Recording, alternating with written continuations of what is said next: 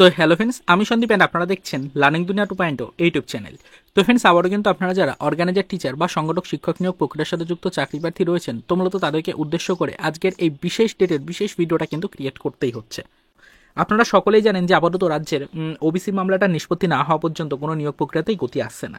তাই সকলেরই মেন ফোকাসে রয়েছে রাজ্যের ওবিসি সার্টিফিকেট সম্পর্কিত চলতি মামলার হিয়ারিংয়ের দিকে।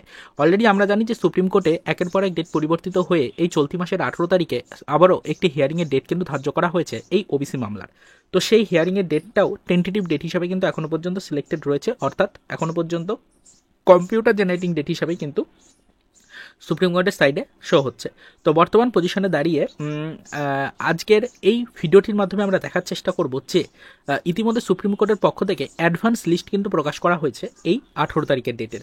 তো সেই অ্যাডভান্স লিস্টে আমাদের ওবিসি সার্টিফিকেট সম্পর্কিত চলতি মামলাটি লিস্টেড রয়েছে কিনা সেটাকে কিন্তু ফ্রেন্ডস আমরা এক নজরে দেখে নেওয়ার চেষ্টা করব। অলরেডি বিশেষ একটি খুশির সংবাদ রয়েছে বলেই কিন্তু ভিডিওটা ক্রিয়েট করছি। আশা করি আপনারা সকলেই ভিডিওটাকে মনোযোগ সহকারে লাস্ট পর্যন্ত দেখে বোঝার চেষ্টা করবেন। দেখুন, এই মুহূর্তে আমরা সরাসরিভাবে কিন্তু চলে এসেছি সুপ্রিম কোর্টের অফিসিয়াল ওয়েবসাইটে এবং এখানে ডায়েরি নাম্বার দিয়ে আমরা কিন্তু কেসটাকে ওপেন করে নিয়েছি। দেখুন, state government of West Bengal versus Amalchandra দাসের যে কেস, সেই কেসটা কিন্তু ইতিমধ্যে শো হচ্ছে। এখানে ডায়েরি নাম্বার থেকে শুরু করে কেস নাম্বার থেকে শুরু করে সিআরএন নাম্বার সব কিন্তু আপনারা পেয়ে যাবেন। তো এখানে কিন্তু আমরা দেখতেই পাচ্ছি যে এই মামলার যে টেন্টেটিভ ডেট রয়েছে হিয়ারিংয়ের, সেটা দেখুন এখনো পর্যন্ত কম্পিউটার জেনারেটেড ডেট হিসাবে সিলেক্টেড রয়েছে 18/3/2025 তারিখ। তো আমরা কিন্তু সকলেই জানি যে লাস্ট হিয়ারিংয়ের সময় বিচারপতিদ্বয়ের পক্ষ থেকে বলা হয়েছিল যে এই মামলাটি পরপর দুটো হিয়ারিং করিয়ে কিন্তু একদম ফাইনাল জাজমেন্ট দিয়ে দেওয়া হবে, এই মামলাটিকে আর আটকে রাখা হবে না। তবে তারপর থেকে চলতি বছর চলে আসলো, তবে এখনো পর্যন্ত পরপর 3টে মাস অতিবাহিত হয়ে যাওয়ার পরও আমরা দেখলাম এই কেসের একের পর এক হিয়ারিংয়ের ডেট পরিবর্তন হয়ে যাচ্ছে।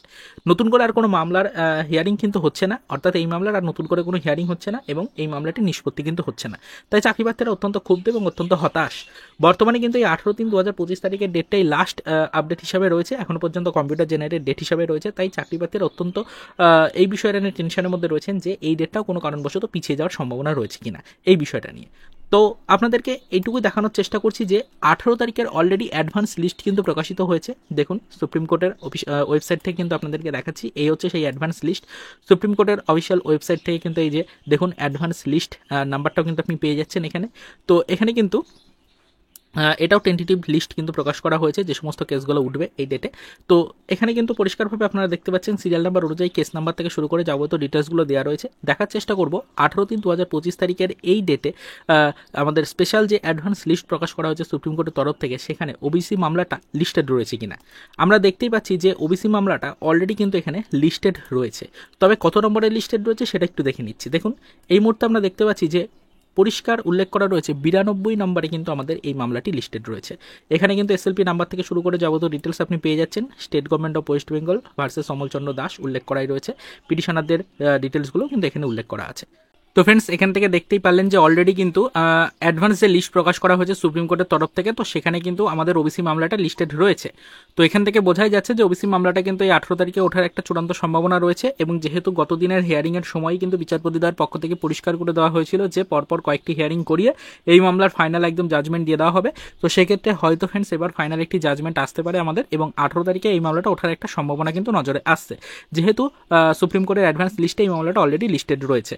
তো 92 নম্বরে এই নাম্বারটা অবশ্যই মাথায় রাখবেন, 92 নম্বরে কিন্তু লিস্টেড রয়েছে মামলাটি। পরবর্তীতে আরও বিশেষ কিছু লিস্ট কিন্তু সুপ্রিম কোর্টের তরফ থেকে আসবে এই 18 তারিখের আগেই, সেদিকে আমরা নজরদারি রাখবো। দেখার চেষ্টা করবো ডেলি কজ লিস্টে লিস্টেড রয়েছে কিনা আমাদের এই মামলাটা, সেটাও কিন্তু জানার চেষ্টা করবো। পরবর্তীতে আরও বিস্তারিত আপডেটের দিকে নজরদারি রাখছি। যদি কোনো গুরুত্বপূর্ণ ইনফরমেশন বা আপডেট পাই অবশ্যই সেটা ডিটেলস আপনাদেরকে জানাবো।